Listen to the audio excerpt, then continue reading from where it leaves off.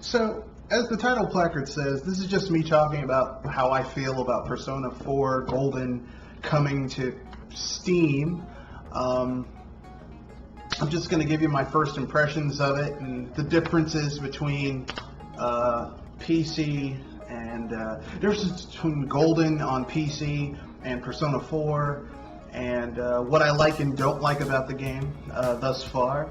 So let's get into it after the cut.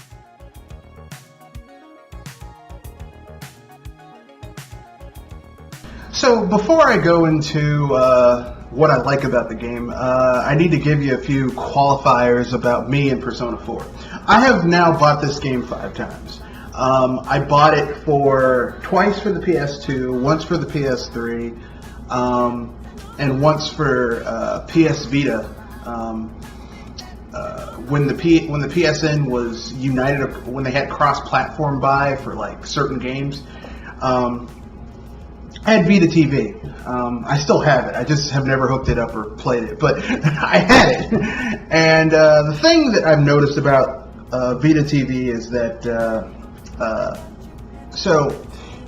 not about Vita TV, but the thing that I've noticed is I prefer the console versions of Persona 4. But I like it a lot. It's one of my favorite games in the series. Personally, I think it's a tighter experience than Persona 5, but, you know, to each his own. But despite all of that, I have beaten Persona 4 about 20 times now, across, you know, over the PS2 and PS3. So I have played this game a lot. There's like whole sections of the game that I know how to get the right answer and the highest score and to maximize my social links relatively easy and quickly. This time I'm playing it on PC and I'm cheating because I've played it so many years the straight way, and now it's time to cheat a little bit. So if you see gameplay of me and doing impossible amounts of damage, it's because I'm using a trainer. But that's neither here nor there. So I'm just going to tell you some of the good things about the game. This incorporates some of the extra content that was in Persona 4 Golden on the Vita. Sadly, they switched out the voice actress that they had for Chie, which I was up in arms about it. One of the reasons why once I found that out, even though I bought the game, I'm not interested in playing this. But something that wasn't included in the PS2 and PS3 versions of the game is that you can actually turn on, switch out. It's dual audio, so you can turn on the Japanese, which works great for me because personally I think the game is better if you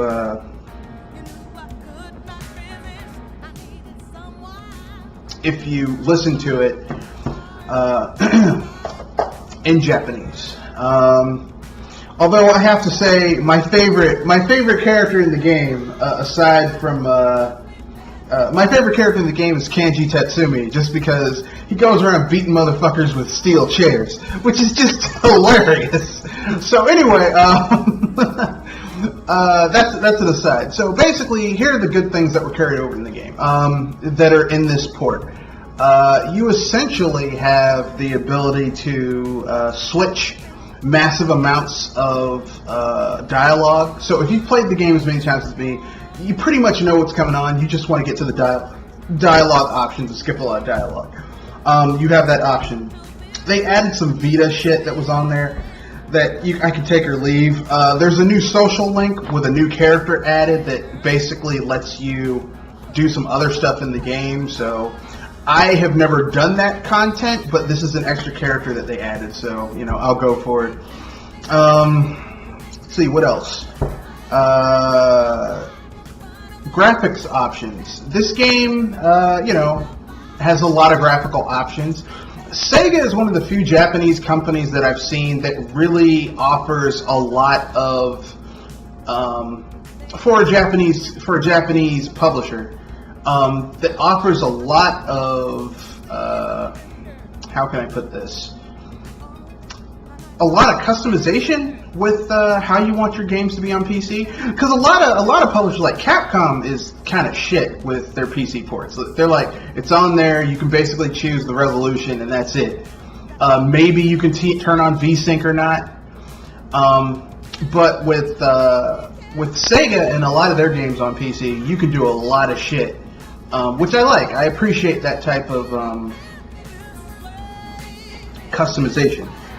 Even though I have a pretty beefy rig at this point, I mean, it's nice to know that I can spec things out. Because a lot of times I'm jumping between the video and something else. Like I'm jumping between the window that has my gameplay and the window that has like a walkthrough, because I'm like looking at stuff. Because this is golden and there's some new shit on there. So when there's like new shit, I'm like, okay, all right. So,